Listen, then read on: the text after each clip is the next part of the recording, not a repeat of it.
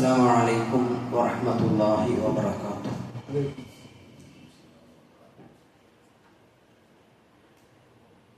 الحمد لله نحمده ونستعينه ونستغفره ونعوذ بالله من شرور أنفسنا ومن سيئات أعمالنا.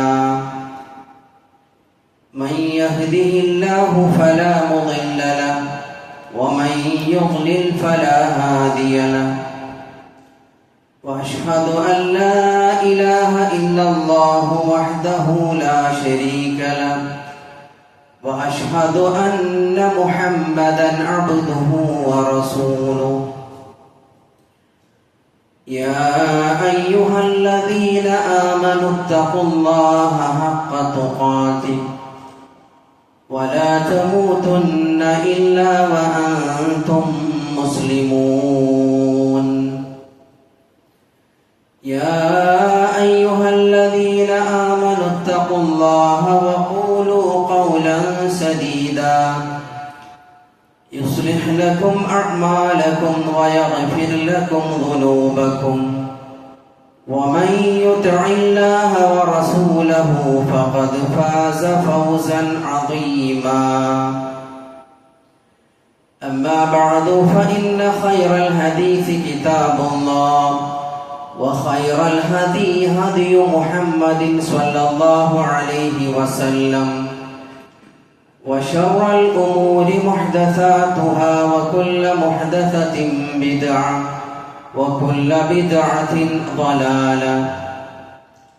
اللهم صل على محمد وعلى آل محمد كما صليت على إبراهيم وعلى آل إبراهيم وبارك على محمد وعلى آل محمد كما باركت على إبراهيم وعلى آل إبراهيم إنك حميد مجيد.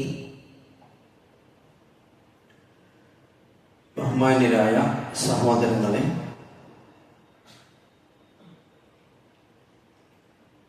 ഒരു പരിശുദ്ധ ദിവസമായ ദുൽഹിജ്ജ 9 അല്ലാഹുവിന് ഏറെ ഇഷ്ടപ്പെട്ട മസ്ജിദുകളിൽ ഒരു മസ്ജിദിൽ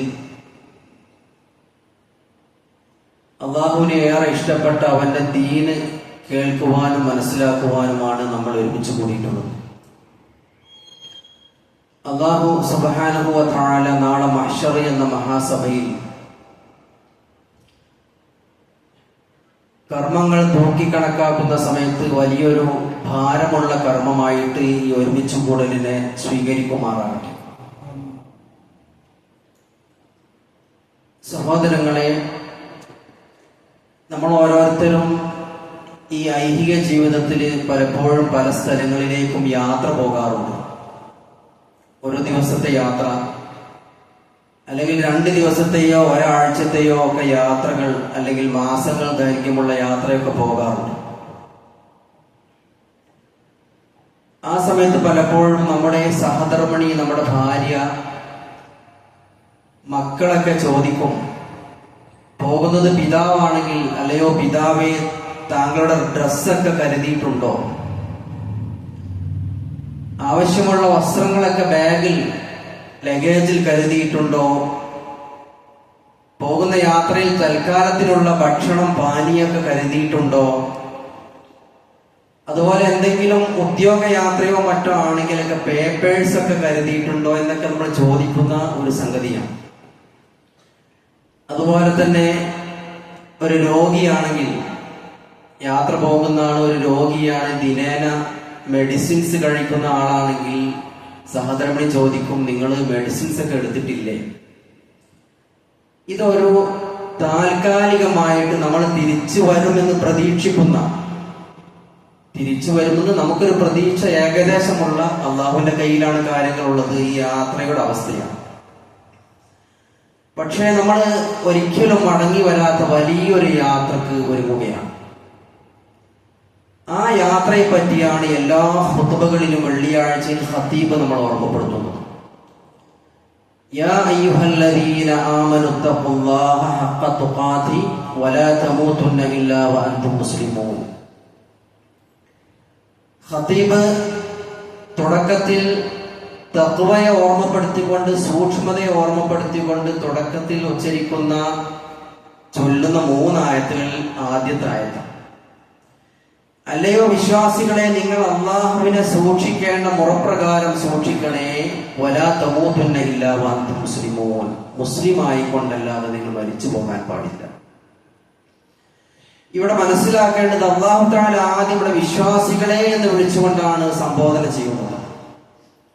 ശേഷം നിങ്ങൾ അള്ളാഹുവിനെ സൂക്ഷിക്കേണ്ട മുറപ്രകാരം സൂക്ഷിക്കണമെന്നാണ് പറയുന്നത്. അതിനുശേഷമാണ് മുസ്ലിമായി കൊണ്ടല്ലാതെ മരിക്കരുത് എന്ന് പറയുന്നത്. ഇപ്പോൾ നമ്മൾ യാത്ര പോവുകയാണ്, നീണ്ട യാത്രയാണ്. ആ യാത്രയിൽ മുസ്ലിമായി മരിക്കണം. അതിന് ഏറ്റവും നല്ല ലഗേജ്, ഏറ്റവും നല്ല പാതയം, ഒരുക്കു സാധനം തഖ്വയാണ്, സൂക്ഷ്മതയാണ്. ഫുളൈൽ ഇബ്നു ഇയാദ് റഹിമഹുല്ലാഹ് അദ്ദേഹം ഇങ്ങനെ നടന്നുകൊണ്ടിരിക്കുമ്പം ഒരു ആളെ കണ്ടുമുട്ടി. അപ്പോൾ മാന്യദേഹത്തോട് ചോദിച്ചു, താങ്കൾക്ക് എത്ര വയസ്സായി? അപ്പോൾ പറഞ്ഞു, എനിക്ക് 70ഓളം വയസ്സായിട്ടുണ്ട്. അപ്പോൾ പറഞ്ഞു, താങ്കൾ 70ഓളം വർഷമായിട്ട് അള്ളാഹുലേക്ക് ഇങ്ങനെ യാത്ര ചെയ്തുകൊണ്ടിരിക്കുക. നമ്മൾ അള്ളാഹുലേക്ക് യാത്ര ചെയ്തുകൊണ്ടിരിക്കുക. നമ്മൾ ഒരു സ്ഥലത്തേക്ക് യാത്ര ചെയ്യുമ്പോൾ, ഉദാഹരണം പറഞ്ഞാൽ, ഒരാള് ഒരു മുംബൈയിലേക്ക് ഒരു ജോലിക്ക് യാത്ര ചെയ്യുന്ന സമയത്ത്, പോകുന്ന സമയത്ത് എന്താകും, എങ്ങനെയാകും കണ്ടീഷൻ, റൂം ക്ലിയർ ആണോ, നല്ല ഭക്ഷണം കിട്ടുമോ എന്നുള്ള ചിന്തകളൊക്കെ നമുക്കുണ്ടാകും. അപ്പൊ സഹോദരങ്ങളെ, മടങ്ങി വരാത്ത ഒരു യാത്ര, അതാ മരണമാകുന്ന വാതിൽ വഴി ഒരു വാഹനത്തിൽ കയറി നമ്മളാണ് പോകുന്നത്. അതുകൊണ്ടാണ് ഫുളൈൽ ഇബ്നു ഇയാദ് റഹിമഹുല്ലാഹ് വ്യക്തിയോട് ചോദിച്ചത്, പറഞ്ഞത്, താങ്കൾ 70 വർഷമായിട്ട് റബ്ബിലേക്ക് യാത്ര ചെയ്തുകൊണ്ടിരിക്കുകയാണ്, താങ്കൾ എത്താറായിട്ടുണ്ട്. അതൊരു വാചകം അദ്ദേഹം പറഞ്ഞത്. അപ്പൊ അയാൾക്ക് ആകെ പരിഭ്രമായി. അയാൾ ചോദിച്ചു, ഇനിയിപ്പോ എന്താ ചെയ്യാന്ന് ചോദിച്ചു. അപ്പൊ പറഞ്ഞു, കഴിഞ്ഞ കാലത്തെ ജീവിതത്തിൽ ഉണ്ടായിട്ടുള്ള തെറ്റുകൾക്കൊക്കെ തങ്ങൾ പശ്ചാത്താപം, തൗബ നടത്തിക്കൊണ്ട് ഇനി എത്രയുള്ള ജീവിതം നന്നാക്കുക, എന്നാൽ താങ്കൾക്ക് രക്ഷപ്പെടുവാൻ സാധിക്കും. താങ്കൾ കഴിഞ്ഞ കാലം അതിൽ പശ്ചാത്താപമില്ല, ഇനിയും കുത്തഴിഞ്ഞ ജീവിതമാണ് നയിക്കുന്നത് എങ്കിൽ താങ്കൾക്ക് ഇനിയുള്ള യാത്രകൾ പ്രയാസമായിരിക്കുമെന്നാണ് പറഞ്ഞു കൊടുത്തത്.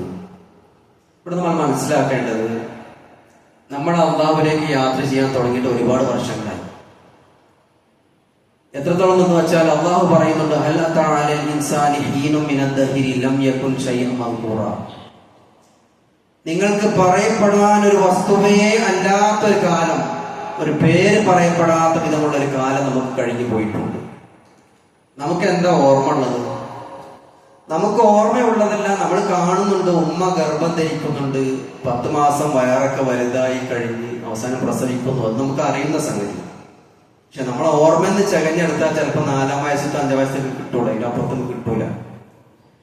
അപ്പൊ ഇവിടെ നമ്മൾ ചിന്തിക്കേണ്ടത്, നമ്മള് ഗർഭപാത്രത്തിന് മുമ്പ് നമ്മുടെ നിക്ഷേപമായ ഇന്ദ്രിയത്തുള്ളി ഏതോ മനുഷ്യന് മുതുകിലായിരുന്നു. അതിനു മുമ്പ് അതിന്റെ അംശം മണ്ണിലോ അല്ലെങ്കിൽ ഏതെങ്കിലും എവിടെയൊക്കെ ആയിരുന്നു. അങ്ങനെ തൽക്കാലം അങ്ങനെ വന്ന് കുറച്ചു കാലം ഗർഭപാത്രത്തിൽ താമസിച്ചു. കുറച്ചു കാലം ഐഹികമായ ഈ ദുന്യാവിൽ നമ്മൾ ജീവിച്ചു. പിന്നെ മരിച്ച് ബർസഖിലേക്ക്, മറയുടെ ലോകത്തേക്ക്, ഖബറിന്റെ ലോകത്തേക്ക് അങ്ങനെ പോവുക. അവസാന യാത്ര സ്വർഗത്തിലോ നരകത്തിലോ അവസാനിക്കും. അള്ളാഹു നമ്മുടെ യാത്ര സ്വർഗത്തിൽ പ്രവാചകന്മാര്, സുദ്ദീഖുമാർ, ശുഹദാക്കള്, സ്വാലിഹികൾ, കൂട്ടുകാരായ യാത്രയാക്കി നമ്മളെ യാത്ര മാറ്റട്ടെ. അപ്പൊ സഹോദരങ്ങളെ, അതുകൊണ്ടാണ് യാത്രക്കുള്ള ഏറ്റവും നല്ല പാതയം, ഒരുക്കു സാധനം, വിഭവം, അത് തഖ്വയാവുന്നു. എന്താ തഖ്വ എന്ന് പറഞ്ഞാൽ? നമ്മുടെ നാടൻ ഭാഷയിൽ പറഞ്ഞാൽ, അല്ലാഹു തആല എന്നെ എപ്പോഴും നിരീക്ഷിക്കുന്നുണ്ട്, നോക്കുന്നുണ്ട്, കാണുന്നുണ്ട്, കേൾക്കുന്നുണ്ട്, അറിയുന്നുണ്ട്. ഒരു സെക്കൻഡ് പോലും അവന്റെ നിരീക്ഷണത്തിൽ കുതറി മാറാൻ സാധിക്കില്ല. അങ്ങനെയുള്ള ഒരു നാടൻ ശൈലി അങ്ങനെ പറഞ്ഞാൽ തന്നെ മതി. യമനിലെ ആളുകൾ, യമൻ നിവാസികൾ ഹജ്ജിന് പോകുന്ന സമയത്ത് അവര് ഹജ്ജിനുള്ള വിഭവങ്ങൾ, യാത്രക്കുള്ള വിഭവങ്ങൾ ഒരുങ്ങാതെ പുറപ്പെടും. അപ്പോൾ ചോദിക്കും, നിങ്ങളെന്താ വിഭവങ്ങൾ ഒരുക്കാത്തത്? ഹജ്ജിന് പോകല്ലേ, നീണ്ട യാത്രല്ലേ? അവര് പറയും ഞങ്ങൾ തവക്കുൽ ചെയ്യുകയാണ്, ഞങ്ങൾ അള്ളാഹുവിൽ തവക്കുൽ ചെയ്ത് കണ്ട് യാത്ര പോവുകയാണ്, അതുകൊണ്ട് ഒന്നും എടുക്കേണ്ട ആവശ്യമില്ല, ഞങ്ങൾ അള്ളാഹുവിന്റെ അടിമകളാണ്. അങ്ങനെ അവരെന്ത് ചെയ്യും? മക്കയിൽ ചെന്ന് കഴിഞ്ഞാൽ ആളുകളോട് യാചിക്കുകയും ചെയ്യും. ഇവിടുന്ന് അങ്ങനെ പോവും. അവിടെ പോയി കഴിഞ്ഞാൽ പ്രയാസം വന്ന ആൾക്കാരോട് കൈ നീട്ടി യാചിക്കും. അള്ളാഹു തആല അതിനെ തിരുത്തി. അള്ളാഹു പറഞ്ഞു,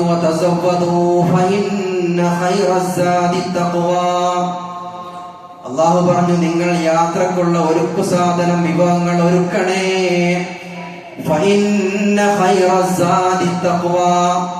നിങ്ങൾ ഒരുക്കുന്ന യാത്രാ വിഭവങ്ങളിൽ ഏറ്റവും ഉത്തമമായത് തഖ്വയാകുന്നു. ഇവിടെ പറഞ്ഞത് ഹജ്ജിന് ഒരുക്കു സാധനം ഇല്ലാതെ പോകുന്ന ആൾക്കാരെ പറ്റിയാണ്. അവരോട് ആദ്യം പറഞ്ഞ വിഷയം എന്താ? ശരിക്കുള്ള ഒരുക്ക സാധനം, നമ്മൾ കരുതുന്ന യാത്രാ സാധനങ്ങൾ, സാമഗ്രികൾ ഒരുക്കാനാ പറഞ്ഞത്. പക്ഷേ അവിടെ പറഞ്ഞത് നിങ്ങൾ എന്ത് ചെയ്യണം? ഏറ്റവും ഉത്തമമായ ഒരുക്ക സാധനം തഖ്വയാണ്, അത് മറക്കണ്ടെന്ന് അതിന്റെ കൂടെ പറഞ്ഞത്. നമ്മളൊക്കെ ശരിക്കും ശ്രദ്ധിക്കേണ്ടത് സഹോദരന്മാരെ, നമ്മൾ ഈ സംസാരിക്കുന്നതിന് കേൾക്കുന്നതിനൊക്കെ അപ്പുറത്തേക്ക് എന്നെ എന്റെ റബ്ബ് നോക്കിക്കൊണ്ടിരിക്കുന്നുണ്ട്, ഞാൻ അവിടുന്ന് വിട പറഞ്ഞു പോകും, എന്റെ റബ്ബിനെ ഞാൻ കണ്ടുമുട്ടേണ്ടി വരും എന്നുള്ള ശരിക്കുള്ള ചിന്ത നമ്മളെ മനസ്സിലേക്ക് എപ്പോഴും ആഴ്ന്നിറങ്ങിയിട്ടുണ്ടാകണം. കഴിവിന്റെ പരമാവധി അതുണ്ടാകണം. എന്തിനേറെ മനുഷ്യന്മാരെ അല്ലാഹു ആണും പെണ്ണുമായി സൃഷ്ടിച്ചു എന്ന് സൂറ അൽ ഹുജറാത്തിൽ അല്ലാഹു പറഞ്ഞിട്ടുണ്ട്. അവരെ ഗോത്രങ്ങളാക്കി, വിഭാഗങ്ങളാക്കി അതൊക്കെ തിരിച്ചറിയാനാണ് പറഞ്ഞത്. യാ അയ്യുഹന്നാസ് ഇന്നാ ഖലഖനാകും മിൻ ദകരിൻ വഉൻസാ വജഅൽനാകും ശുഉബൻ വഖബായില ലിതആറഫൂ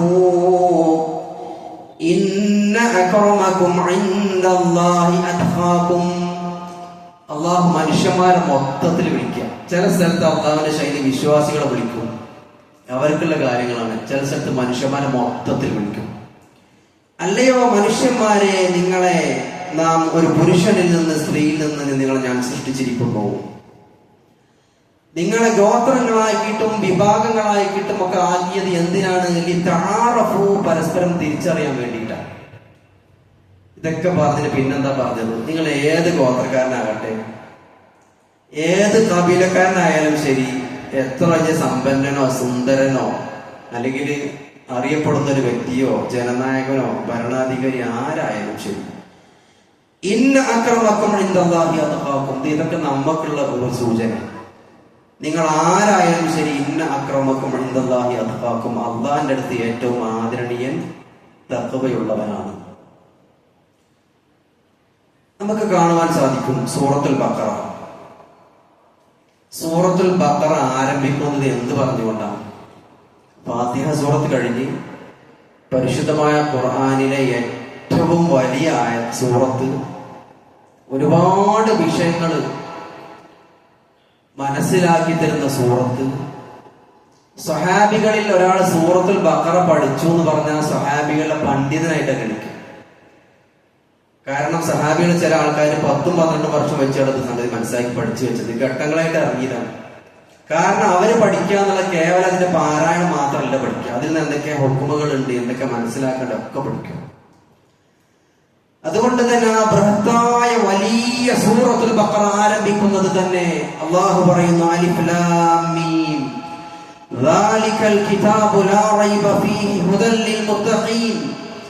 അല്ലാഹു തആല പറയുന്നു, ആ ഗ്രന്ഥത്തിൽ അതിൽ സംശയമേ ഇല്ല, ഹുദൽ ലിൽ മുത്തഖീൻ. എന്നിട്ട് ആ ഗ്രന്ഥം ഖുർആനെ പറ്റി എന്താ പറഞ്ഞത്? മുത്തഖീങ്ങൾക്ക് നേർമാർഗമാണ്. വേറെ സ്ഥലത്ത് ഹുദൽ ലിന്നാസ് എന്ന് പറഞ്ഞില്ല സൂറത്തുൽ ബഖറയിൽ. പക്ഷേ അള്ളാഹു എന്നെ നിരീക്ഷിക്കുന്നുണ്ട് എന്ന ശരിക്കുള്ള ബോധം മനസ്സിൽ രൂഢമൂലമായാലാണ് ശരിക്കും ഖുർആൻ ഫലിക്കുകയുള്ളൂ. ഹുദൽ ലിന്നാസാണ് ഖുർആൻ. ജനങ്ങൾക്ക് മുഴുവൻ മാർഗദർശനം കാണിക്കുന്ന വേദഗ്രന്ഥമാണ് പരിശുദ്ധമായ ഖുർആൻ. പക്ഷേ അത് ആർക്കാ ശരിക്കും ഏൽക്കുക? തഖ്വയുടെ വഴിയിലേക്ക് ഇങ്ങനെ പ്രവേശിച്ച് തുടങ്ങുന്നവർക്കാണ് അതിങ്ങനെ ഓരോ ഘട്ടത്തിന് പറ്റിയ തോതിലുള്ളത് ഇങ്ങനെ കിട്ടുള്ളൂ. ശരിക്കും അതിൽ നിന്നുള്ള മരുന്ന് ശരിക്കും ആർക്കാ കിട്ടുക? ഉള്ളില് എന്നെ അള്ളാഹ് നോക്കുന്നുണ്ട്, എന്നെ നിരീക്ഷിക്കുന്നുണ്ട്, ഞാൻ അള്ളാഹിന്റെ അടിമയാണ്, അവനിലേക്ക് മടങ്ങിപ്പോകണം, എല്ലാം വിട്ടുപോകണം എന്നുള്ള ചിന്ത ശരിക്കും ഒരു യാഥാർത്ഥ്യമല്ലേ? നമ്മൾ സ്നേഹിച്ചുകൊണ്ടിരിക്കുന്ന നമ്മുടെ സഹധർമ്മിയ ഭാര്യ നമ്മൾ വിട്ടുപോകേണ്ടി വരും, അല്ലെങ്കിൽ അവര് നമ്മളെ വിട്ടുപിരിയും, മക്കളെ പിരിയേണ്ടി വരും, ഇഷ്ടപ്പെടുന്ന പാർപ്പിടത്തിന് വെടിയേണ്ടി വരും, ഒക്കെ വിട്ട് തനിച്ച് പോകണ്ടേ? അതുകൊണ്ട് തന്നെ ആ ബോധമുള്ളവനാണ് ശരിക്ക് ഖുർആന്റെ ആയത്ത് ശരിക്കും ഫലിക്കുള്ളൂ. അതാണ് ചില ആയത്തുകൾ എത്ര കേട്ടാൽ നമുക്ക് ക്ലിക്കാകാറുണ്ട്. മുത്തഖിയാണോ എന്ന് പരിശോധിക്കണം ഓരോരുത്തരും. ഞാൻ നിങ്ങളൊക്കെ പരിശോധിക്കാൻ വിഷയം. ഈ സംസാരിക്കുന്ന ഞാനാണെങ്കിലും വേറെ ആളുടെ തഖ്വ പരിശോധിക്കാൻ നമുക്ക് പറ്റൂല. പക്ഷെ നമ്മുടെ സംഗതി പരിശോധിക്കാനും തൂക്കാനൊക്കെ നമുക്ക് സാധിക്കും. അതുകൊണ്ടാണ് ഉമർ റളിയല്ലാഹു പറഞ്ഞത്, നിങ്ങള് അന്ത്യനാളിൽ വലിയൊരു തൂക്കുന്ന മീസാൻ വരില്ല, അതിന്റെ മുമ്പ് നിങ്ങളൊന്ന് തൂക്കണം എന്നാ പറഞ്ഞത്. നമ്മളെ നിസ്കാരം എത്ര കനുണ്ട്, എന്താ എന്റെ അവസ്ഥ, റബ്ബുമായിട്ട് എന്റെ കണക്ഷൻ എന്താണ്, റസൂലുള്ളാഹി സ്വല്ലല്ലാഹു അലൈഹി വസല്ലം ഞാൻ സ്നേഹിക്കുന്നതിന്റെ അതിന്റെ തോത് എത്രയാണ്, എന്താണ് എനിക്ക് സുന്നത്തിനോട് കൂറ്, ഇതൊക്കെ ശരിക്കും നമ്മൾ ഒരു തൂക്കല് നമ്മളെ ദുലാസ് വെച്ച് നോക്കി നോക്കണം. എന്താ അവസ്ഥ? ഈ പോക്ക് പോയി കഴിഞ്ഞാൽ അതൊക്കെ തഖ്വന്റെ ഭാഗം. ഈ പോക്ക് പോയി കഴിഞ്ഞാൽ കടമ്പ കടക്കാൻ പറ്റുമോ എന്നുള്ള ചിന്തകളൊക്കെ ശരിക്ക് പരിശോധിക്കും. എന്നിട്ട് അല്ലാഹു തആല സൂറത്തുൽ ബഖറയിൽ മുത്തഖീങ്ങൾക്കാണ് ഖുർആൻ മാർഗദർശനമാകുന്നത് എന്ന് പറഞ്ഞ ശേഷം അല്ലാഹു പറഞ്ഞു, ആരാണ് മുത്തഖി എന്ന് ഡെഫിനിഷൻ പറയുകയാണ്. അള്ളന്നെ പറയാണ് ആരാണ് മുത്തഖി. അത് പല സ്ഥലത്തും പറഞ്ഞിട്ടുണ്ട്. ആരാണ് മുഅ്മിൻ, ആരാണ് മുഹ്സിൻ, ആരാണ് മുത്തഖി എന്ന് അല്ലാഹു തആല സൂറ ബഖറയിൽ തന്നെ തുടക്കത്തിൽ പറഞ്ഞു. അല്ലദീന യുഅ്മിനൂന ബിൽ ഗൈബ് വയുഖീമൂന സ്വലാ വമിമ്മാ റസഖ്നാഹും യുൻഫിഖൂൻ. ഇത് ഒന്നാമത്തെ ആയത്ത്. ശേഷം വേറെയും വരുന്നുണ്ട്. എന്താ പറഞ്ഞത്? അവർ അദൃശ്യത്തിൽ വിശ്വസിക്കുന്നവരാകുന്നു, ഗൈബിൽ വിശ്വസിക്കുന്ന ആളുകളാകുന്നു. രണ്ടാമത് പറഞ്ഞു വയുഖീമൂന സ്വലാ, നമസ്കാരം മുറപ്രകാരം നിർവഹിക്കുന്നവരാണ്. വമിമ്മാ റസഖ്നാഹും യുൻഫിഖൂൻ, നാം നൽകിയതിൽ നിന്ന് ചെലവഴിക്കുന്നവരാണ്. ഇതില് ഒന്ന് ഗൈബിൽ വിശ്വസിക്കുക, രണ്ട് നമസ്കാരം മുറപ്രകാരം നിർവഹിക്കുക, മൂന്ന് അള്ളാഹ് നൽകുന്നതിൽ ചെലവഴിക്കുക. നമ്മൾ നമസ്കാരത്തിന്റെ വിഷയം എടുക്കുക. എന്താ നമസ്കാരം നിലനിർത്തുക എന്ന് പറഞ്ഞാൽ, പുരുഷന്മാരെ സംബന്ധിച്ചിടത്തോളം ഉദറല്ലെങ്കിൽ വിളിക്കപ്പെട്ട സ്ഥലത്ത് ജമാഅത്തിന് ഹാജരാകൽ വാജിബാകുന്നു. ഇളവുള്ള സമയം ഉണ്ടാവും, ചില സമയങ്ങളിൽ യാത്ര ഉണ്ടാവും, രോഗം വന്നാല് അതന്നെ ഇളവുള്ള സമയത്ത് തന്നെ രോഗമൊക്കെ ഉണ്ടായത്ര സഹാബികൾ വണ്ടിക്ക് വരാറുണ്ട്. വേറെ കാര്യം അവന് ഇളവുണ്ട്.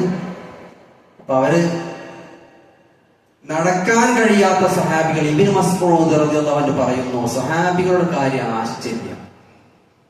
സഹാബിയുടെ കാലത്ത് ജമാഅത്തിന് പള്ളിക്ക് വരാത്ത സഹാബികൾ ഉണ്ടാവില്ല.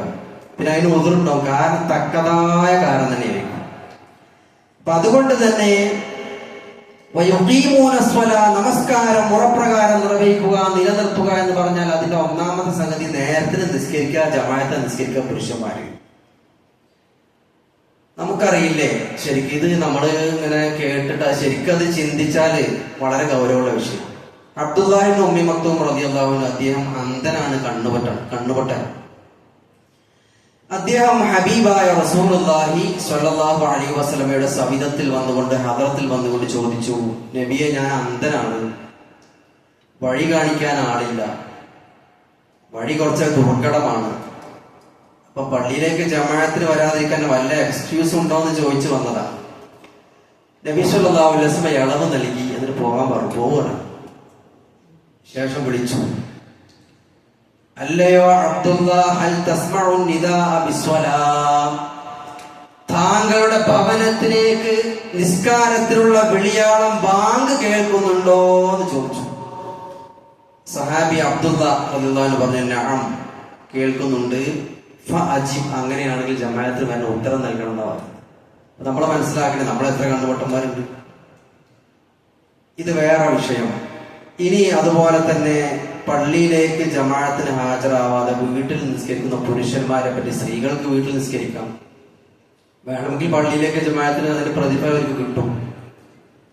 അല്ലാതെ പുരുഷന്മാര്, റസൂലുള്ളാഹി സ്വല്ലല്ലാഹു അലൈഹി വസല്ലം പറയാണ്, ബാങ്ക് കൊടുത്തു, പള്ളിയിൽ ജമാഅത്തിനൊക്കെ ഏർപ്പാടായിട്ട് പള്ളിക്ക് ജമാഅത്ത് വരാതെ വീട്ടിൽ നിസ്കരിക്കുന്ന ആൾക്കാരെ ഞാൻ കുറച്ച് ആൾക്കാർ നിങ്ങളായിട്ട് അങ്ങോട്ട് പോയിട്ട് ഞാൻ കുറച്ച് വിറകും കെട്ടിയിട്ട് പോയിട്ട് ഓരയും കൂട്ടിയിട്ട് ഓരോ വീടാണ്ട് കരിച്ചു കളഞ്ഞാലോ എന്ന് ഞാൻ ചിന്തിച്ച് പോകണം എന്ന ഗൗരവത്ര.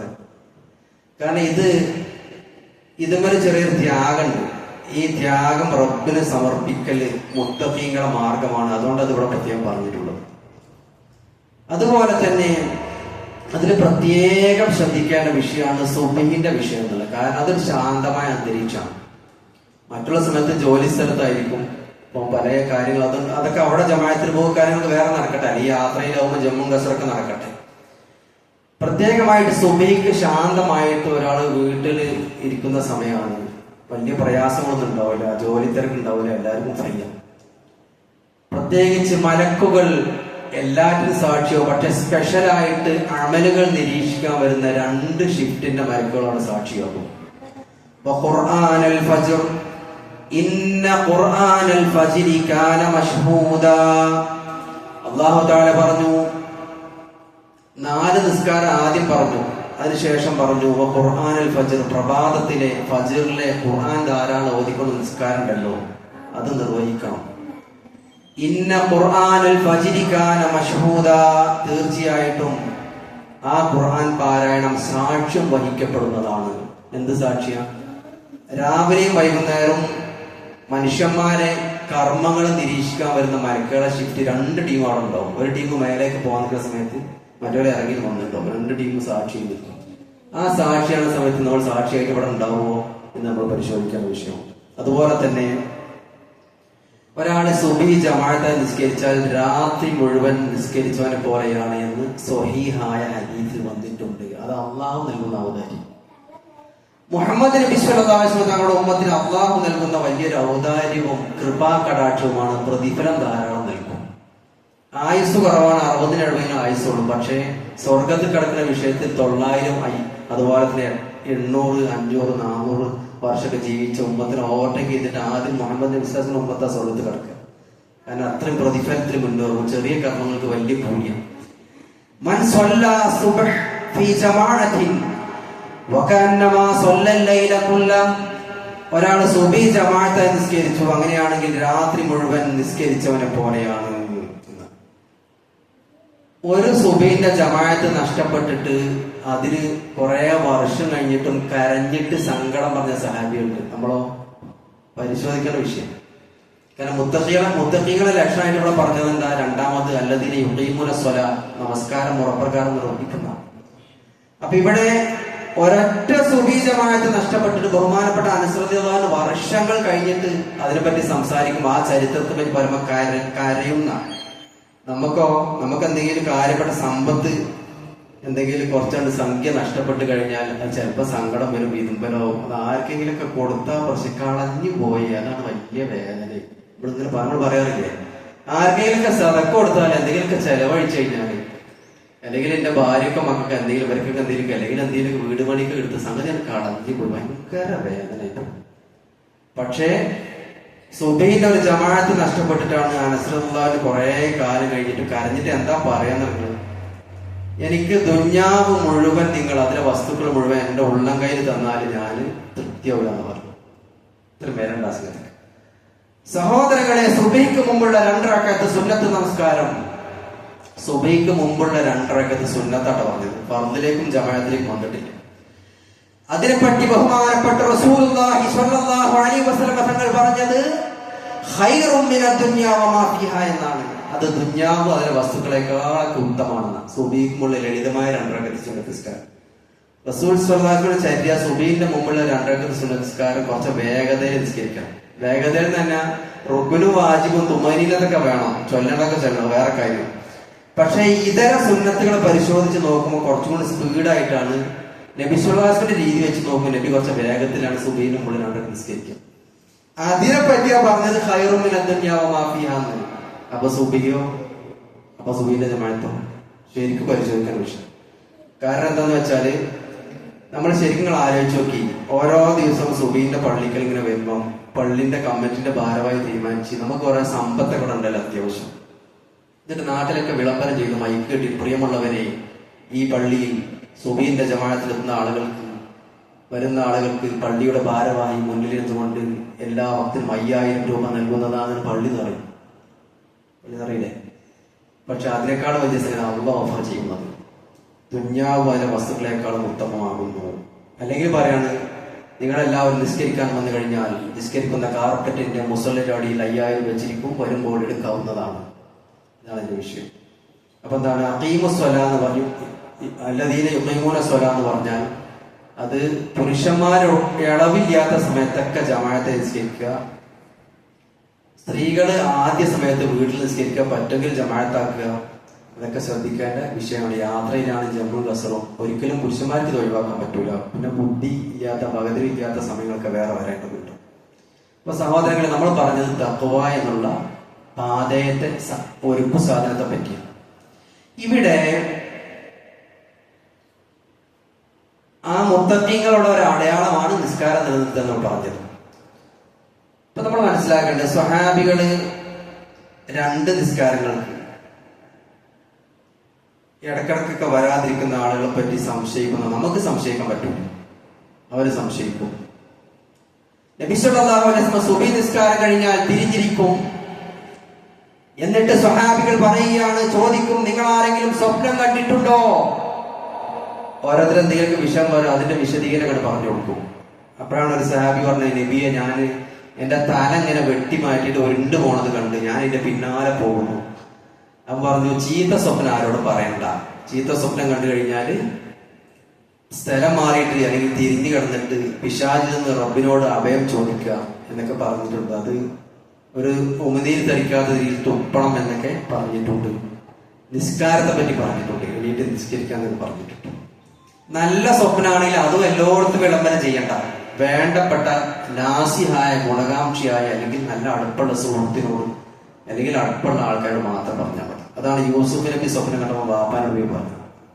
അതിൽ നിന്ന് മനസ്സിലാക്കണേ, വാപ്പി മക്കൾ അത്രയും ബന്ധം വേണം. വാപ്പ മക്കള് വന്ന് പറയാൻ പാകത്തിൽ കണക്ഷൻ, ഒരു ബന്ധം കണക്ഷൻ റെഡിയായിരിക്കണം.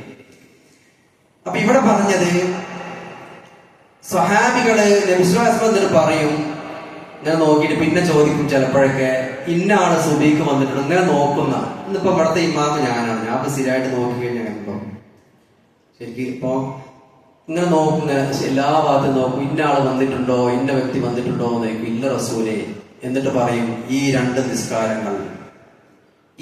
നിസ്കാരങ്ങൾ ഇശാഉം സുബഹിയും അത് മുനാഫിക്കീങ്ങൾക്ക് വലിയ ഭാരമാകുന്നു. അതിന്റെ മഹത്വം അവരറിഞ്ഞിരുന്നെങ്കിൽ മുട്ടിലിഴഞ്ഞിട്ട് വരുമായിരുന്നു. മുട്ടില് നിരങ്ങിയിട്ട് വരുന്നതാണ്. ഇതിന്റെയൊക്കെ ശരിക്കും അവിടുന്ന് കണ്ണടഞ്ഞ് വരുന്ന സമയത്ത് മഹ്ശറന്നൊക്കെ വിചാരണയൊക്കെ എടുക്കുമ്പോൾ പറയും, സങ്കടമേ എന്ന് പറയുന്ന അവസ്ഥയിലേക്ക് ദറജകൾ കുറയുന്ന സമയത്ത് പരിഭവം പറയേണ്ടി വരാത്ത വിധത്തിൽ ഞാനും നിങ്ങളൊക്കെ ആ വിഷയത്തിൽ ഉയരേണ്ടതുണ്ട്. ഇപ്പൊ തഖ്വയാണ് നമ്മുടെ വിഷയം. തഖ്വ ഒരുക്കു സാധനമാണ്. റസൂലുള്ളാഹി സ്വല്ലല്ലാഹു അലൈഹി വസല്ലം തങ്ങളെ എത്ര ആൾക്കാരോട് തഖ്വനെ പറ്റി പറഞ്ഞത്? അതാണ് സൂക്ഷിക്കണം, അതാണ് സൂക്ഷിക്കണം. മുആദ് റളിയല്ലാഹു അൻഹു റസൂല് പ്രത്യേകമായിട്ട് മുആദ്, നിന്നെ ഞാൻ അള്ളാന്റെ പേരിൽ സ്നേഹിക്കുന്നു എന്ന് പറഞ്ഞിട്ടുണ്ട്. റസൂലിനെ അങ്ങേയറ്റം സ്നേഹിച്ച സഹാബിയാണ്. അദ്ദേഹത്തിനെ യമനിലേക്ക് പറഞ്ഞയക്കുകയാണ്. ഒരുപാട് ഉപദേശങ്ങൾ നൽകുന്നുണ്ട്. മുആദ് റളിയല്ലാഹു അൻഹു വാഹനപ്പുറത്താണ്. ഹബീബായ നമ്മുടെ പ്രിയപ്പെട്ട നബിതങ്ങൾ താഴെ പിന്നാലെ നടന്നു പോവുകയാണ്. കൂടെ ഇങ്ങനെ പിടിച്ചിട്ട് നടന്നു പോവുകയാണ്, കൂടെ പോവുക. നബിതങ്ങൾ താഴെയാണ്, മുആദ് റളിയല്ലാഹു അൻഹു വാഹനപ്പുറത്ത്. ബഹുമാനപ്പെട്ട നബി സല്ലല്ലാഹു അലൈഹി വസല്ലം പറഞ്ഞു, മുആദേ, അടുത്ത വർഷം നീ എന്നെ കണ്ടുകൊള്ളണം എന്നില്ല. ഇതൊക്കെ കേട്ടിട്ട് റസൂൽ സ്വല്ലല്ലാഹു അലൈഹി വസല്ലം വല്ലാതെ ആയുസില്ല എന്ന് സഹാബത്തിന് പലർക്കും മനസ്സിലായിട്ടുണ്ട്. ഇദ്ദേഹത്തിന് മനസ്സിലായിട്ടുണ്ട്. പല സന്ദർഭങ്ങൾ അങ്ങനെ പല ലക്ഷണങ്ങളും നബി സ്വല്ലല്ലാഹു അലൈഹി വസല്ലം വാക്കിൽ കൂടിയും മറ്റതൊക്കെ പറഞ്ഞിട്ടുണ്ട്. അടുത്ത വർഷം നീ എന്നെ കണ്ടുകൊള്ളണം എന്നില്ല. എന്നിട്ട് പറഞ്ഞു, എന്റെ പള്ളിയിലേക്കോ എന്റെ ഖബറിടത്തിലേക്കോ മുആദേ നീ വന്നേക്കാം, എന്റെ പള്ളിയിലേക്കോ എന്റെ ഖബറിന്റെ അടുത്തേക്കൊക്കെ നീ വന്നേക്കാം. ആ സമയത്ത് റസൂലിനെ ഇങ്ങനെ ഹൃദയത്തിൽ താലോലിച്ചിട്ട് സ്നേഹിക്കുന്ന മുആദ് ഇങ്ങനെ കരഞ്ഞിരുന്ന അത്രയും ബന്ധാണ് റസൂൽ. ഇതൊക്കെ ശരിക്കും നമുക്കുണ്ടാകേണ്ടതാണ്. നേരിട്ട് കണ്ടിട്ട് വിചാരിച്ചിട്ടൊന്നും സ്നേഹം കുറയില്ല. ഹൃദയത്തിൽ അല്ലാഹുവിന്റെ റസൂലിനെ താലോലിക്കാൻ നമുക്ക്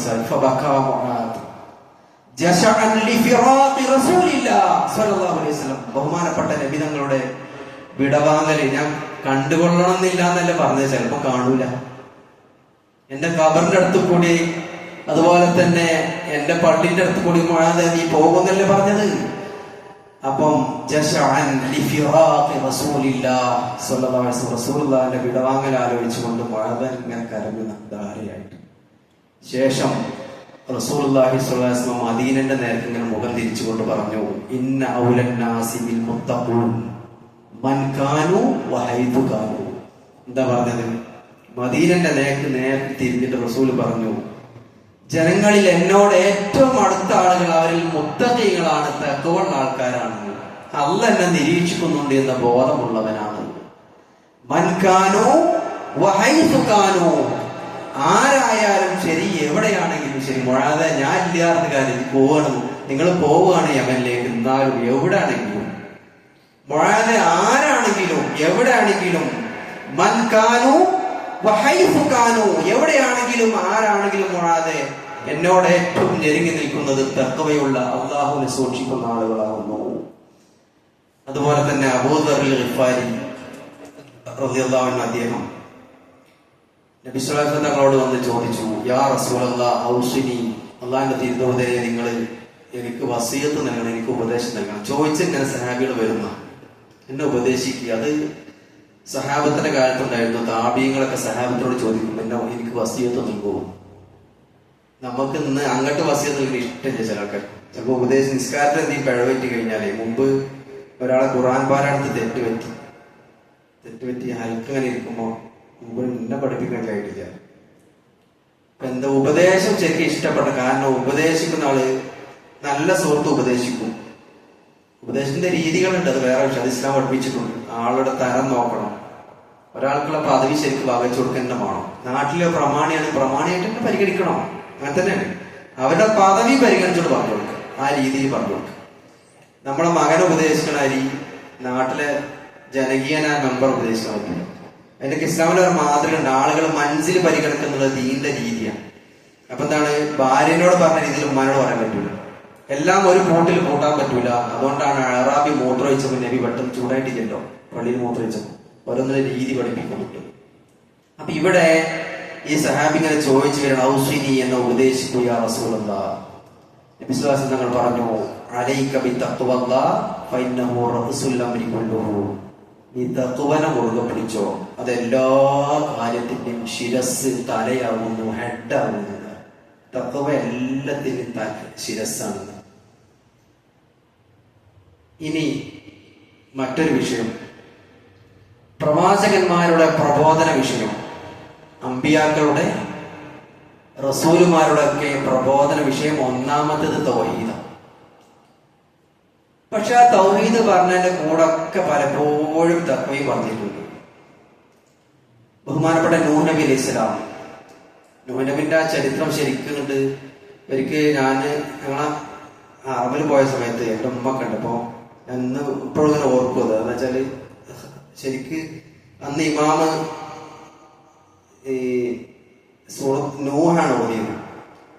ശരിക്കും ആ നൂഹ് നബിന്റെ ആ ചരിത്രമൊക്കെ ഉൾക്കൊണ്ടപ്പോ ആരാണ് മനസ്സിലാവും. ശരിക്ക് ശരിക്ക് തേങ്ങിയ കാര്യം. ശരിക്കും ആ നൂഹ് നബിന്റെ ആ സൂറത്ത് നൂഹിലെ തുടക്കത്തിലെ വചനമാണ്, ഖാല യാ ഖൗമി ഇന്നി ലക്കും നദീറും മുബീൻ. അല്ലയോ എന്റെ സമുദായമേ, നിങ്ങൾക്ക് ഞാൻ തീർച്ചയായിട്ടും ഒരു മുന്നറിയിപ്പുകാരനാണ് വ്യക്തമായിട്ടുള്ളത്. അനിഅ്ബുദുല്ലാഹ, നിങ്ങൾ അല്ലാഹനെ മാത്രം ആരാധിക്കണം, വത്തഖൂഹു, അവനെ സൂക്ഷിക്കണം. അല്ലാഹനെ ആരാധിക്കുന്നത് കൂടെയാണ് അവനെ തഖ്വ ചെയ്യണം എന്ന് പറഞ്ഞത്. വത്തഖൂഹു വഅതിഊൻ, എന്നെ അനുസരിക്കണം. എന്താ പറഞ്ഞത്? ഇത് തൗഹീദിന്റെ കൂടെയാണ് വത്തഖൂഹു എന്ന് പറഞ്ഞത്. അതുപോലെ ഖുർആന്റെ ചില ഈ ആയത്തിന്റെ ഘടനയ്ക്ക് ഒരു ഭംഗിയുണ്ട്. ആസ്വദിക്കാൻ ഖുർആൻ തന്നെ ധാരാളം മതി. ആ ഖുർആനിൽ സൂറത്തു ശുഅറായില് ചില വചനങ്ങളിൽ അടുപ്പിച്ച് ഒരേ രീതിയിൽ വരുന്നുണ്ട്. ഇദ് ഖാല ലഹും അഖൂഹും നൂഹുൻ അലാ തത്തഖൂൻ, ഇദ് ഖാല ലഹും അഖൂഹും ഹൂദുൻ അലാ തത്തഖൂൻ, ഇദ് ഖാല ലഹും അഖൂഹും സ്വാലിഹുൻ അലാ തത്തഖൂൻ, ഇദ് ഖാല ലഹും അഖൂഹും ലൂത്തുൻ അലാ തത്തഖൂൻ, ഇദ് ഖാല ലഹും, അവിടെ അഖൂന്നില്ല, ശുഐബുൻ അലാ തത്തഖൂൻ. ഒക്കെ തഖ്വൻ. പ്രവാചകന്മാർ അവരുടെ സമൂഹത്തിൽ കൊടുത്ത ഉപദേശമാണ് ഇദ്ഖാല ലഹും അഖൂഹും നൂഹ് അലാ തത്തഖൂൻ. നൂഹ് നബി അദ്ദേഹത്തിന്റെ അവരോട് പറഞ്ഞ സന്ദർഭം, അവരുടെ സഹോദരനായ നൂഹ്, നിങ്ങൾ അള്ളാഹനെ സൂക്ഷിക്കുന്നില്ലേ? അതേപോലെ ബാക്കിയൊക്കെ എന്താ പറഞ്ഞു? ഹൂദ് നബി അവരുടെ സഹോദരങ്ങളോട് പറഞ്ഞു, എന്താ പറഞ്ഞത്? നിങ്ങൾ അള്ളാഹനെ സൂക്ഷിക്കുന്നില്ലേ എന്ന്. ഇങ്ങനെ ഈ സൂറത്ത് ശുഅറായില് 106, 124, 142, 161, 177 ഈ വചനങ്ങളൊക്കെ വിഷയം കഴിഞ്ഞിട്ട്. അതുപോലെ തന്നെ സഹോദരങ്ങളെ, റസൂലുള്ളാഹി സ്വല്ലല്ലാഹു അലൈഹി വസല്ലമ മനുഷ്യരിൽ സൃഷ്ടികളിൽ തന്നെ ഒന്നാം റാങ്കുകാരൻ, നമ്മൾ അഷ്റഫുൽ ഖൽഖ് എന്നാണ് പറയുന്നത്. ആ റസൂലിനോട് വരെ അള്ളാഹ് പറഞ്ഞത് യാ അയ്യുഹൻ നബിയ്യു ഇത്തഖില്ലാഹ്, അല്ലയോ നബിയെ അള്ളാഹനെ സൂക്ഷിക്കണം കേട്ടോ. അതുപോലെ തന്നെ നബി സല്ലല്ലാഹു അലൈഹി വസല്ലമ ജനങ്ങളിൽ ഏറ്റവും മാന്യൻ ആരാണ് എന്ന് പരിചയപ്പെടുത്തിയിട്ടുണ്ട്. ആരാ ജനങ്ങളിൽ ഏറ്റവും മാന്യൻ? റസൂൽ പറഞ്ഞു ഏറ്റവും സൂക്ഷ്മത പാലിക്കുന്നവരാണ്. ഇബ്നു റജബ് റഹിമഹുല്ലാഹ് പറഞ്ഞു, സലഫുകൾ പറഞ്ഞിട്ടുണ്ട്. അദ്ദേഹം മുൻഗാമികളെ കൗല് അസറുകളിൽ ഉദ്ധരിക്കണം. എന്നിട്ട് അദ്ദേഹം പറയണം, അവരൊക്കെ പറഞ്ഞിട്ടുണ്ട്, ആര് അള്ളാഹുവിനെ സൂക്ഷിച്ചോ അവൻ തന്റെ ശരീരത്തെ കാത്തു സൂക്ഷിച്ചു, നരകത്തിൽ നിന്ന് കാത്തു സൂക്ഷിച്ചു, എല്ലാ നിലക്കും കാത്തു സൂക്ഷിച്ചു. ആര് അള്ളാഹുവിനെ സൂക്ഷിച്ചുവോ അവൻ തന്റെ ശരീരത്തെ കാത്തു സൂക്ഷിച്ചു. ആര് തഖ്വയിൽ നിന്ന് വിദൂരമായോ തഖ്വയെ പാഴാക്കിയോ അവൻ തന്റെ ശരീരത്തെ പാഴാക്കി കളഞ്ഞു. ഇതൊക്കെ സലഫു സാലിഹുകളുടെ അസറുകളാണ് ഇതുമായി ബന്ധപ്പെട്ട്. ഉമർ ബിൻ അബ്ദുൽ അസീസ് റഹിമഹുല്ലാഹ്, നമുക്കറിയാം ഉമർ രണ്ടാമനാണ്. അപ്പൊ അദ്ദേഹം പറഞ്ഞു, തഖ്വയുള്ളവൻ കടിഞ്ഞാണുള്ളവനാണ്. തഖ്വയുള്ളവൻ കടിഞ്ഞാണുള്ളവൻ. ഉദ്ദേശിക്കുന്നതൊക്കെ ചെയ്യാനും പറയാനും അവന് കഴിയൂല. കടിഞ്ഞാണുണ്ടോ, പിടുത്തുണ്ടോ? വീട്ടിൽ പോയി മൊബൈൽ ഇങ്ങനെ നോക്കി പിന്നെ ഹറാമ ദൃശ്യം കണ്ടു. അപ്പൊ ഇങ്ങോട്ട് നോക്കും ഭാര്യയില്ല, അവിടെ മക്കളും ഇല്ല. അവൻ എന്ത് ചെയ്തു? ഇപ്പൊ ആരുമില്ല, തൽക്കാലം തന്നെ കാണാം. ഞാൻ മകനോടൊന്ന് രാവിലെ അത് കാണണ്ടെന്നൊക്കെ പറഞ്ഞിരുന്നു, ഹറാമാണെന്നൊക്കെ പറഞ്ഞു. സംഗതി കേൾക്കാനും കാണാൻ ഭയങ്കര രസം. 5 മിനിറ്റ് ഉള്ളേ. അപ്പൊ ഇങ്ങനെ ഭാഗത്ത് നോക്കി എല്ലാ ഡോറാണ് ചാരി കുട്ടിയെ കിട്ടിയിട്ട് എന്ത് ചെയ്തു? അപ്പൊ എന്താണ്? കടിഞ്ഞാണുണ്ടാവും. രഹസ്യത്തിലും വേണം, പരസ്യത്തിലും വേണം. ഒരു മുൻഗാമി ഒരു പണ്ഡിതന്റെ അടുത്ത് വന്നിട്ട് പറഞ്ഞു, എനിക്ക് തെറ്റ് ചെയ്യണം എന്നാണ്, എനിക്ക് പാപങ്ങൾ ചെയ്യണം. ആയിക്കോട്ടെ, ചെയ്തോ, കണ്ടീഷൻ വെക്കുന്ന ആ കണ്ടീഷൻ പറഞ്ഞോളി എന്നാണ്. ആരും ഒന്ന് പറഞ്ഞു ആകാശഭൂമിന്റെ പുറത്ത് പോയി ചെയ്തു പറഞ്ഞു. അപ്പൊ നടക്കൂല, ആകാശഭൂമിന്റെ പുറത്ത് പോയി ചെയ്യാൻ പറഞ്ഞു. എന്നാൽ കാര്യം ചെയ്ത് ആരും നിരീക്ഷിക്കാത്ത സ്ഥലത്ത് പോയി ചെയ്തോ എന്നാണ്. ആരും നിരീക്ഷിക്കാത്ത സ്ഥലത്ത്. അപ്പൊ അദ്ദേഹം കുറച്ചങ്ങനെ പറഞ്ഞാൽ ആലോചിച്ചു, ആരും നിരീക്ഷിക്കാത്ത സ്ഥലം എവിടെ ഉള്ളത്? ആരും എങ്കിലും അള്ളാഹ് നിരീക്ഷിക്കൂലേ? ഞാൻ ഒറ്റക്കാണ്, എന്റെ കൂടെ അള്ളാഹ് എന്നെ നിരീക്ഷിക്കും. രണ്ടാളിനെ മൂന്നാമനെ റബ്ബ് നിരീക്ഷിക്കും. അപ്പൊ അതുകൊണ്ട് ഏത് സമയത്ത് ആ ചിന്തയോട് കൂടി നമ്മൾ ഒരു നിരീക്ഷണ പാഠത്തോടി നമ്മൾ അള്ളാഹ് നിരീക്ഷിക്കുന്നുണ്ട് എന്ന ചിന്ത നമുക്കുണ്ടാകണം. ഇനി എന്താണ് തഖ്വ എന്ന് അലി റളിയല്ലാഹു അൻഹു പറഞ്ഞ ഡെഫിനിഷൻ മാത്രം, അദ്ദേഹത്തിന്റെ വിശദീകരണം മാത്രം പറഞ്ഞുകൊണ്ട് അതുമായി ബന്ധപ്പെട്ട ഒരു കവിത ഞാൻ ഉദ്ധരിച്ചുകൊണ്ട് നിർത്തുകയാണ്. അലി റളിയല്ലാഹു അതുമായി ബന്ധപ്പെട്ടെന്ന് പറഞ്ഞാൽ മനുഷ്യന്റെ ജീവിതത്തിലെ നിസ്സാരത, മരണവുമായി ബന്ധപ്പെട്ട ഒരു കവിത മുൻഗാമി എഴുതി വെച്ചിട്ടുണ്ട്. അതിന്റെ ആശയം പറഞ്ഞുകൊണ്ട് അവസാനിപ്പിക്കാം. ബഹുമാനപ്പെട്ട അലി റളിയല്ലാഹു അൻഹു പറഞ്ഞു, തഖ്വ എന്ന് പറഞ്ഞാൽ അത് അൽ ഖൗഫു മിനൽ ജലീൽ, മഹാനായ റബ്ബിനെ ഭയപ്പെടലാവുന്നു. എന്താ തഖ്വയുടെ ഒന്നാമത്തെ പാർട്ട്? മഹാനായ റബ്ബിനെ ഭയപ്പെടുക. അതെങ്ങനെയാണ്? അള്ളാനെ പേടിക്കുക എന്നുള്ളത് സൃഷ്ടികളെ പേടിക്കുന്നത് പോലെയല്ല. നമ്മളൊരു പടപ്പുകളിൽ ഒരാളെ പേടിക്കുകയാണെങ്കിൽ നമ്മൾ അയാളുടെ അടുത്ത് വിട്ടു നിൽക്കലില്ല. നമ്മൾ അയാളെ കണ്ടു കഴിഞ്ഞാൽ പറയും മൂപ്പര് വലിയ ശല്യക്കാരനും പ്രശ്നമാണ്, അത് വഴി മാറിപ്പോകാണ്. അള്ളാഹുവിനോട് പേടിക്കുക, അവനിൽ ഹൗഫ് വെക്കാൻ, അവനിലേക്ക് കൂടുതൽ അടുക്കല. അള്ളാഹുവേ, നീ അല്ലാതെ രക്ഷാമാർഗമില്ല, എന്നെ കാത്തു രക്ഷിക്കണം, എനിക്ക് പുറത്തു തരണം, നീ അല്ലാതെ ഒരു രക്ഷാമാർഗം ഇല്ല, അതുകൊണ്ട് എന്നെ സഹായിക്കണം എന്ന് പറഞ്ഞുകൊണ്ട് അള്ളാഹുലേക്ക് എനിക്ക് പുറത്തു തരുന്ന ഇസ്തിഗ്ഫാർ നൽകണം, എന്റെ തൗബ സ്വീകരിക്കുന്ന അടുത്തേക്ക് വരില്ല. അതാണ് ഒന്ന്. 2, വൽ അമലു ബിത്തൻസീൽ, ഇറക്കപ്പെട്ടത് കൊണ്ട് കർമ്മങ്ങൾ ചെയ്യണം. ഇറക്കപ്പെട്ടത് എന്താ? ഖുർആനും ഹദീസും. അത് വെച്ചിട്ട് അതിന്റെ അടിസ്ഥാനത്തിൽ ഇബാദത്തുകൾ, കർമ്മങ്ങൾ, മറ്റു കാര്യങ്ങൾ ചെയ്യണം. അതാണ് തഖ്വ. അല്ലാതെ കുറെ വേഷഭൂഷാദി ഉണ്ട്, എന്നിട്ട് നല്ല ഈണത്തിൽ ഇങ്ങനെ ദിക്കറ് കരഞ്ഞിങ്ങനെ തോരക്കാണ്. പ്രമാണവുമായിട്ട് ഇറക്കപ്പെട്ട ഖുർആനും ഹദീസുമായിട്ട് ഒരു ബന്ധമില്ല, തഖ്വല്ല. ആൾക്കാർ പറയും മഹാനവറുകൾ, നമ്മൾ മുമ്പൊക്കെ കേൾക്കാറുണ്ട്, ഖറാഅത്ത് പോലും ചെയ്യാത്ത ആൾക്കാരാവുന്നു അമിതമായിട്ട് പുകഴ്ത്തും. ഒരു ഖറാഅത്ത് പോലും ഈ അധ്യായം ചെയ്തിട്ടില്ല എന്ന് ഇവരാരും കണ്ടോ? ഇദ്ദേഹം ഹറാമ് ചെയ്തെന്ന് ഇവരാരും കണ്ടു? വെറുതെ കണ്ട് പുകഴ്ത്തും. മഹാനായ ഉസ്താദ് വലിയ പുകഴ്ത്തി ഒരു ഖറാഅത്ത് പോലും ചെയ്യാത്ത മനുഷ്യരായി അദ്ദേഹം എന്തെങ്കിലും ചെയ്തെന്ന് ഇവരാരും കണ്ടിട്ടുണ്ടോ? അപ്പൊ അതുപോലെ എന്നിട്ട് വേഷഭൂഷാദി ഒക്കെ കാണിച്ചുകൊണ്ട് പ്രത്യേക ഒരു ഭാവം, പ്രത്യേക ഒരു ശബ്ദത്താക്കലും അങ്ങനെയൊക്കെ ഉണ്ട്. അങ്ങനെ വിഭാഗത്തിൽ അതൊന്നും തത്വന്റെ ഭാഗമല്ല. വല്ല അമലു ബിത്തൻസീൽ, ഇറക്കപ്പെട്ടത് കൊണ്ട് കർമ്മങ്ങൾ ചെയ്യുക. വൽ ഖനാഅതു ബിൽ ഖലീൽ, അല്ല കണക്കാക്കിയിട്ട് നീ കുറച്ചാണെങ്കിൽ അൽഹംദുലില്ലാഹ് എന്ന് പറഞ്ഞിട്ട് സംതൃപ്തിയോടുകൂടി തൃപ്തിപ്പെടും. ചിലപ്പോ ചില ആളുകൾക്ക് നല്ല സുഖമായിരിക്കും, ചില ആൾക്കാർക്ക് കേട്ടോ. വീട്ടില് വിദേശത്തൊക്കെ 3-4 മക്കളൊക്കെ ഉണ്ടാവും, ഇവിടെ അത്യാവശ്യം വരുമാനമൊക്കെ ഉണ്ടാവും. ഞാൻ ചോദിച്ചാൽ എങ്ങനെ പറയാ, നിങ്ങള് എങ്ങനെയുണ്ട് ഹാജിയരെ വിശേഷമൊക്കെ? അൽഹംദുലില്ലാഹ് എന്ന് പറയാ മോനെ, പറയാന്നാ? ശരിക്കും പറയാന്നാണോ? അൽഹംദുലില്ലാഹ് എന്ന് മനസ്സ് തട്ടി ഞാൻ നിങ്ങളൊക്കെ പറയട്ടെ. ശരിക്കും എന്തില്ലെങ്കിലും അല്ലാഹു തആല നമ്മളെ മുസ്ലിം ആക്കിയിട്ടില്ലേ? സുജൂദ് കിടന്ന മതിയോ പോയി?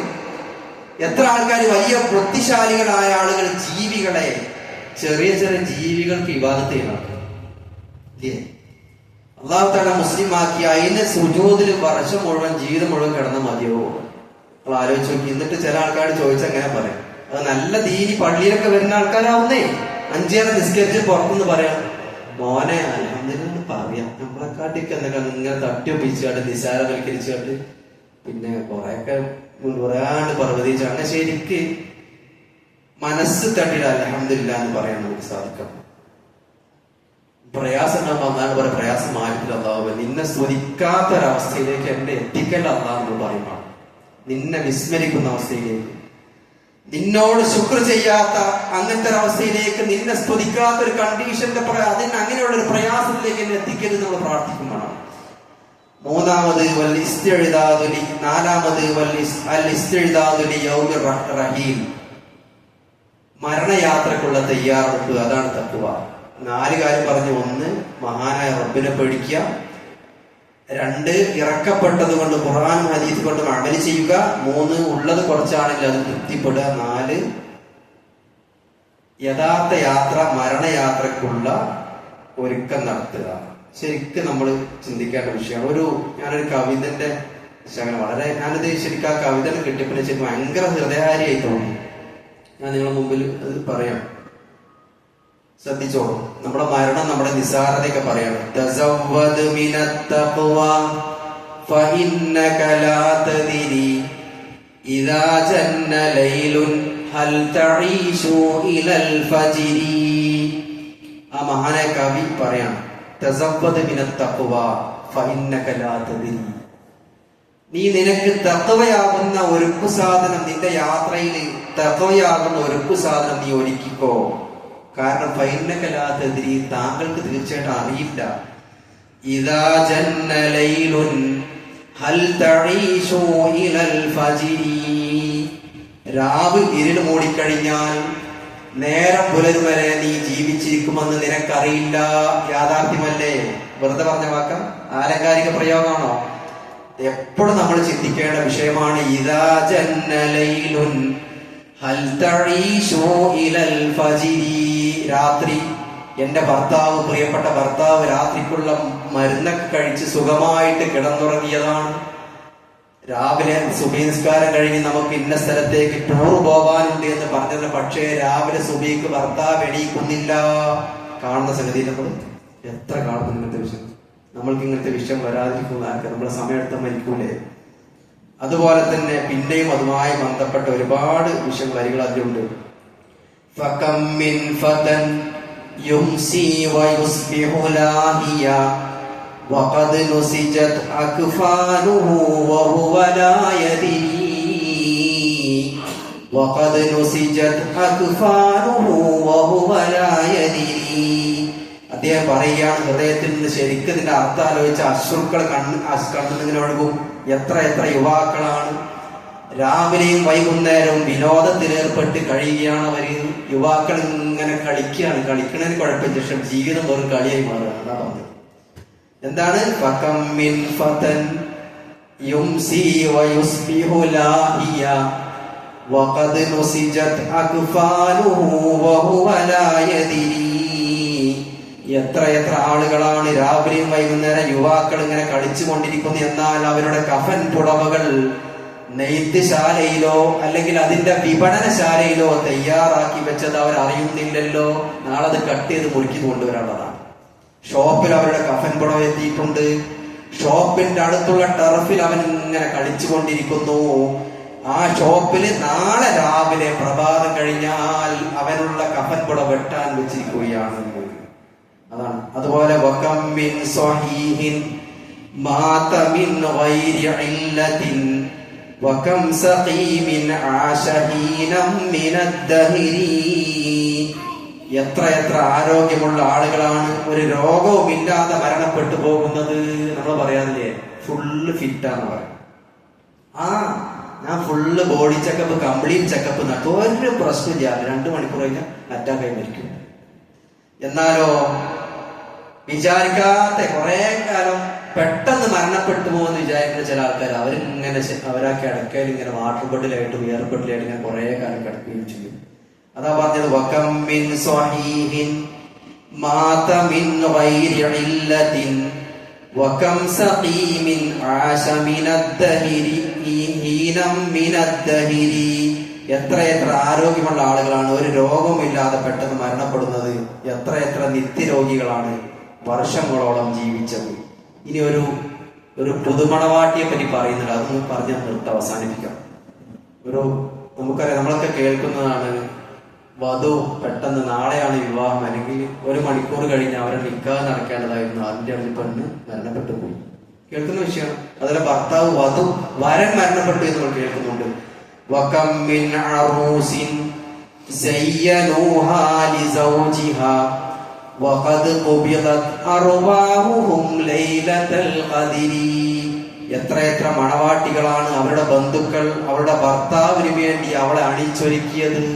എത്ര എത്ര പുതുനാരികളാണ് അവരുടെ ഭർത്താവിന് വേണ്ടി നല്ല നല്ല ഡ്രസ്സിങ്ങിൽ കുടുംബക്കാരെ അണിയിച്ചൊരുക്കി വൈകുന്നേരം ഭർത്താവിന്റെ വീട്ടിൽ കൊണ്ടുപോകേണ്ടതാണ്. ഭർത്താവ് ഇങ്ങനെ പ്രതീക്ഷിച്ചിരിക്കുക, നല്ലൊരു ജീവിതം തുടങ്ങണം, നല്ലൊരു ജീവിതം തുടങ്ങണം, നല്ല നല്ല സന്താനങ്ങൾ ഉണ്ടാകണം. പ്രതീക്ഷയിൽ ഭർത്താവ് കാത്തു നിൽക്കുന്നു. ഇവളും പ്രതീക്ഷിക്കുകയാണ്, എന്റെ ഭർത്താവിന്റെ അടുത്ത് പോകണം, നല്ല ഭർത്താവായിരിക്കണം, സൽസ്വഭാവിയായിരിക്കണം എന്ന് പ്രതീക്ഷിക്കുന്നു. പക്ഷേ പെട്ടെന്നതാ അവളുടെ ആ നിർണയത്തിന്റെ രാത്രി. എത്ര എത്ര മണവാട്ടികളാണ് അവളുടെ ബന്ധുക്കൾ അവളുടെ ഭർത്താവിന് വേണ്ടി അവൾ അണിയിച്ചൊരുക്കിയത്. എന്നാൽ അവരുടെ റൂഹുകൾ ആ നിർണയത്തിന്റെ രാത്രി അഥവാ ആ ആദ്യ രാത്രി പിടിക്കപ്പെട്ടു പോയി. അങ്ങനെയുള്ള എത്ര എത്ര മണവാളന്മാരുണ്ട് എന്ന് കവി ചോദിക്കുക. സംഗതി ഇത് യാഥാർത്ഥ്യം. ഇത് ഞാൻ ഈ കവിത ചൊല്ലാൻ വേണ്ടിയിട്ടുള്ളത് ഒരു നല്ലൊരു ആശയം ഉള്ളത് കൊണ്ട് ഉദ്ധരിച്ചതാണ്. അപ്പൊ മനസ്സിലാക്കേണ്ടത്, നമ്മളെപ്പോഴും ആ ചിന്ത നമ്മൾ നമ്മുടെ കാര്യങ്ങളൊക്കെ നടക്കും, ഒക്കെ നമ്മുടെ ഉത്തരവാദിത്വം നോക്കും, ജോലി നടത്തുന്ന എല്ലാ കാര്യങ്ങളും നടക്കുന്ന ഇടയിൽ അള്ളാഹുവിനെ വിസ്മരിക്കുന്ന അവസ്ഥയിലേക്ക് നമ്മൾ വിമുഖത കാണിക്കരുത്. തിര അടങ്ങിയിട്ട് മത്സ്യം പിടിക്കാൻ പറ്റൂല. കുഞ്ഞാവിൽ എന്നും തിരക്കായിരിക്കും. ഒരാള് കടപ്പുറത്തേക്ക് ചെന്നു, എന്നിട്ട് മീൻ പിടിക്കാൻ ചെന്നപ്പം പറഞ്ഞു, കൂടുതൽ ആള് വന്ന് പിടിക്കാൻ പറ്റില്ല, ഭയങ്കര തിരമാലായിട്ടാണ്.